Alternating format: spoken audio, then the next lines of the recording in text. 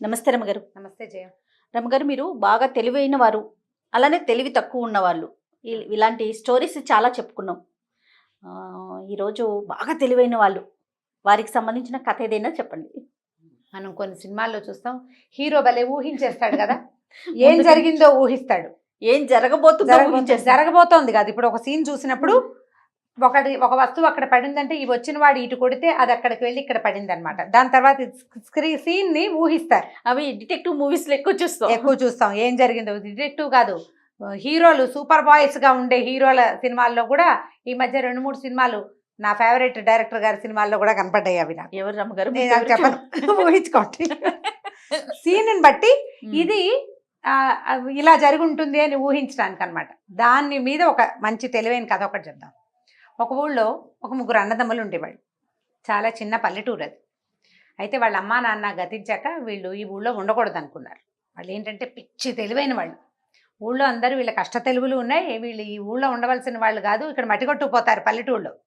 సిటీలకి పట్టణాలకు వెళ్తే ఈ తెలివితేటలకి రాణింపు వస్తుందని అంటూ ఉండేవాళ్ళు. వీళ్ళు ఏమనుకున్నారంటే అమ్మా నాన్న ఎలాగా లేరు, పెళ్లి పేరెంటం అవ్వలేదు, ఏ పట్టణానికో వెళ్ళి మన తెలివితేటలకు తగిన ఉద్యోగాలు సంపాదించుకుని అక్కడ వివాహం చేసుకుని పిల్లలని సెటిల్ అవ్వచ్చని భావించారు. ఏదో కొద్దిగా 10 పరకా ఉన్నవి సొమ్ము చేసుకుని మెల్లిగా 3 పట్టణం దారి పెట్టారు. అప్పుడు బళ్ళు గిళ్ళు తక్కువ, డబ్బులున్న వాళ్ళు, సొంత బళ్ళు ఉన్నవాళ్ళు. వీళ్ళకి అలాంటివి ఏం లేవు, సామాన్యమైన కుటుంబం. సరే ఏమనుకున్నారంటే అప్పటికి 2 కాళ్ళ బండే కదా. ఈ మొన్నటి దాకా ఒక 50-70 ఏళ్ల క్రితం, 100 ఏళ్ల క్రితం దాకా చాలామంది కాలినడకనే తిరిగేవాళ్ళు. ఒంటెద్దు బళ్ళు ఉండేవి, ఏదో 2 ఎడ్ల బళ్ళు ఉండేవి. రైలు అవి వచ్చినా రైల్వే స్టేషన్ ఎక్కడో, ఇదెక్కడో అదెక్కడో. అవును, మామూలు ఊళ్ళల్లో ప్రయాణాలు ఇలాగే నడిచేవి నడకలతోటి.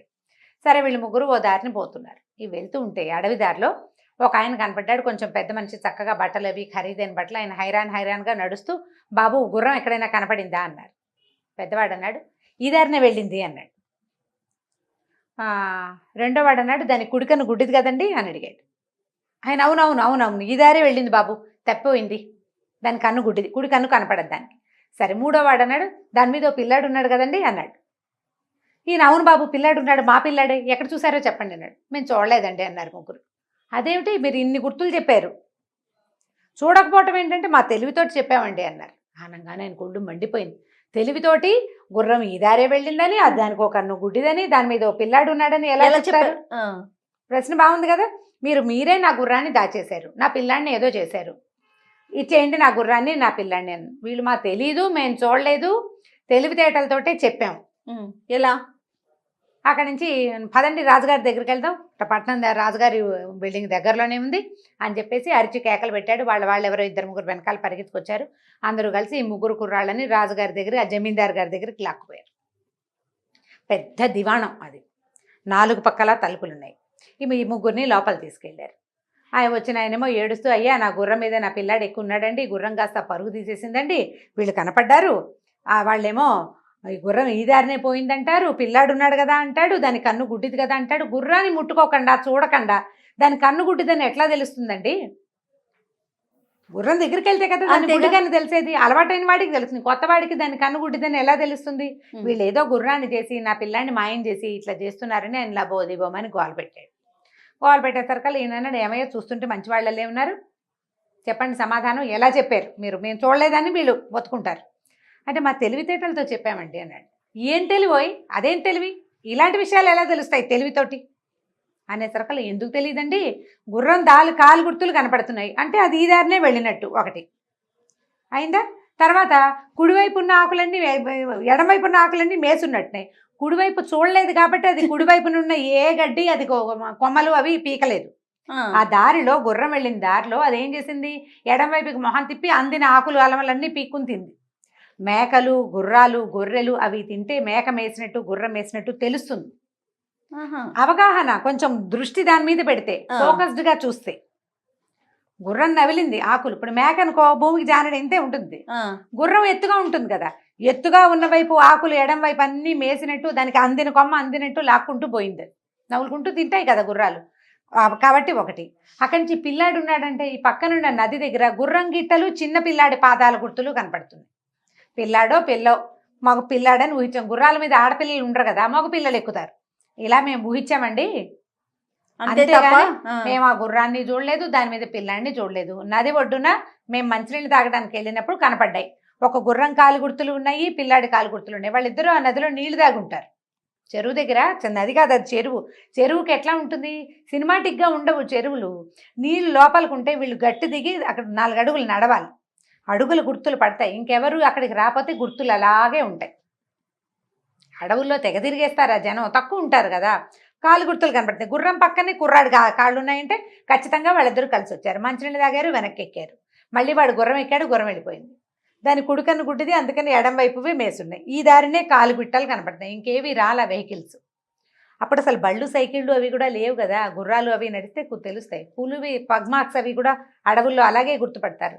ట్రాఫిక్ లేని చోట క్లియర్గా తెలిసిపోతుంది కదా. అనేసరికి రాజుగారు నాడు ఆలోచించాడు. రాజు, ఓహో ఇదేదో తెలివిగానే ఉంది, మ్యాటర్ బాగానే ఉంది. అయితే మీరు ఏదైనా తెలివితో చెప్పగలరా అన్నాడు. అది చెప్పగలమండి, ప్రయత్నం చేస్తాం అనేసరికి సరే ఒక లోపల పక్కన ఉన్న సైనికుడికి చెవిలో ఒకటి చెప్పాడు రాజుగారు. సరే ఒక వాకిలి నుంచి 4 పక్కల తలుపులు ఉన్నాయి కదా దివాణానికి. ఒక సైనికుడు ఒక అట్టపెట్టెతోటి ఒక వస్తువు పట్టుకొచ్చాడు.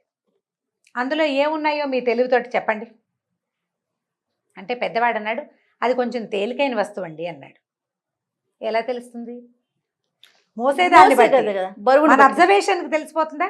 అక్కడి నుంచి రెండోవాడు అన్నాడు, అవేవో గుండ్రటివండి. మూడోవాడు చెప్పాడు, మామిడికాయలు అయి ఉంటాయి.